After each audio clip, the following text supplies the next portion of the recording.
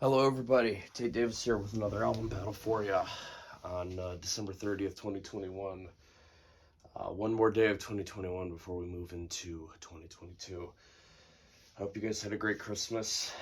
I got two really big heavyweights for you. In one corner, from 1959, Miles Davis, Kind of Blue.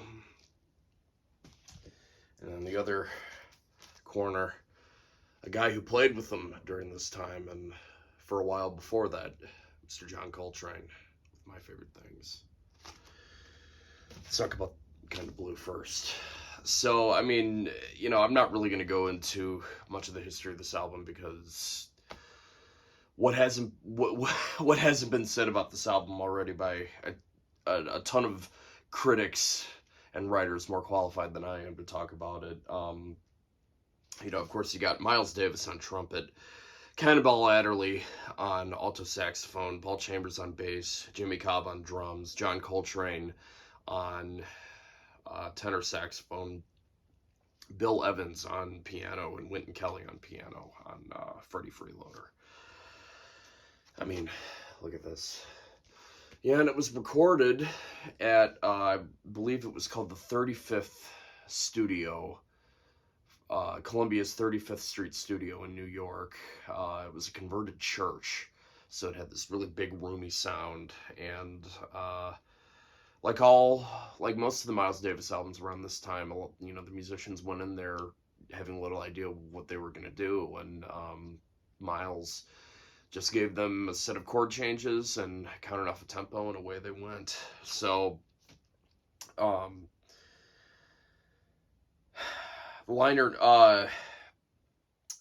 Bill Evans writes a bunch of really great liner notes that give you a lot of information about the concepts that were employed on the songs on this album. I'm not really going to read it for you, but it's kind of what the back foot looked like. You can see Miles there with a Shure microphone and a music stand. So, only 5 songs on this album, opening up with So What.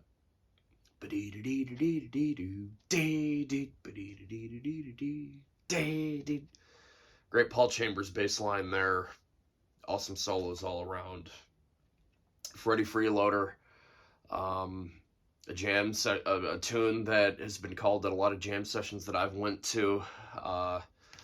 Cool blues tune with a slight deviation on... I'm not a music theory person, but I think it's towards the end of the blues that it has a slight deviation from it, making it really interesting. The beautiful ballad, Blue and Green, you could say that Miles pretty much shunned Bill Evans out of the writing credits, and Bill Evans had a similar piece to Blue and Green called Peace Peace that was on the Everybody Digs Bill Evans album. But great brushwork by Jimmy Cobb on it. If you want really great use of brushes, my jazz drummers watching, listen to Jimmy Cobb play on Blue and Green. He's a master at brushes, in my opinion. Flip over the vinyl, all blues, a waltz, a bluesy waltz. Great song. Again, a great example of Jimmy Cobb switching over effortlessly from brushes to sticks, and then closing it off with the beautiful improvised piece, Flamenco Sketches, with great solos by everyone all around. So overall, I mean, if you want to get into jazz, this is probably one of the ones that I'd recommend too. This was my introduction into jazz, and it's still an album that I enjoy quite a bit to this day, and an album that I enjoy practicing too, because there's always new things that I could learn from this album. Miles Davis. In the other corner, John Coltrane, My Favorite Things. It was recorded at, I think it was recorded at Atlantic, no. Where was it recorded? It was recorded in New York for, this was released on Atlantic Records, I believe.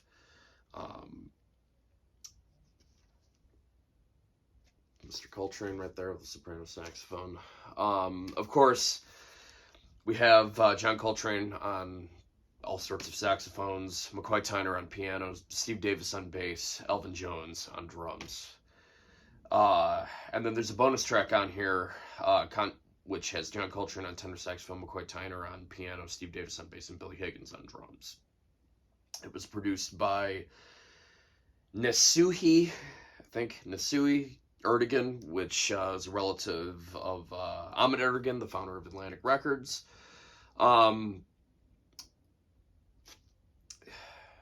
Again, some really cool liner notes written on here. Bill Koss writes the liner notes, and this is a new set of liner notes. So if you want to pause the video and read up on it, it gives you all sorts of information about the album. And again, not really much to talk about here because there's only 4 tracks. On this issue, there's 5, but again, my favorite things. Great soloing by Coltrane and McCoy Tyner on it. Taking a 3-minute traditional pop tune from The Sound of musical, and transforming it into a near 14-minute solo fest, and just can't even describe how great it is. Awesome. Every Time We Say Goodbye, Cole Porter tune. Awesome. Flip over the vinyl, Summertime. Awesome, especially those hits that Elvin Jones and McCoy Tyner do in the solo section. Awesome. But Not For Me, George Gershwin classic. Great. And then an original piece, which is a bonus track called Like Sunny. Really cool drumming by Billy Higgins on that.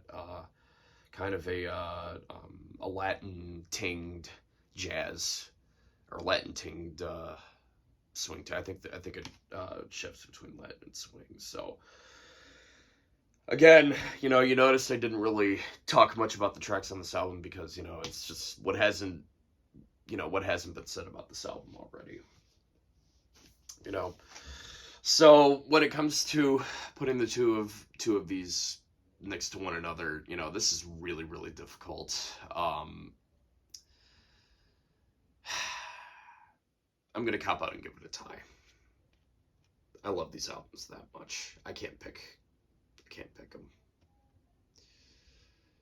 Yeah. I'm gonna give them a tie. So it's not too often that I do that, but regardless, it's not about what I think, it's about what you think. So pick which one you guys like in the comment section below, and I look forward to reading them. And with that being said, I hope you guys have a happy new year, and stay safe out there, and stay tuned for more videos in the future. Bye-bye.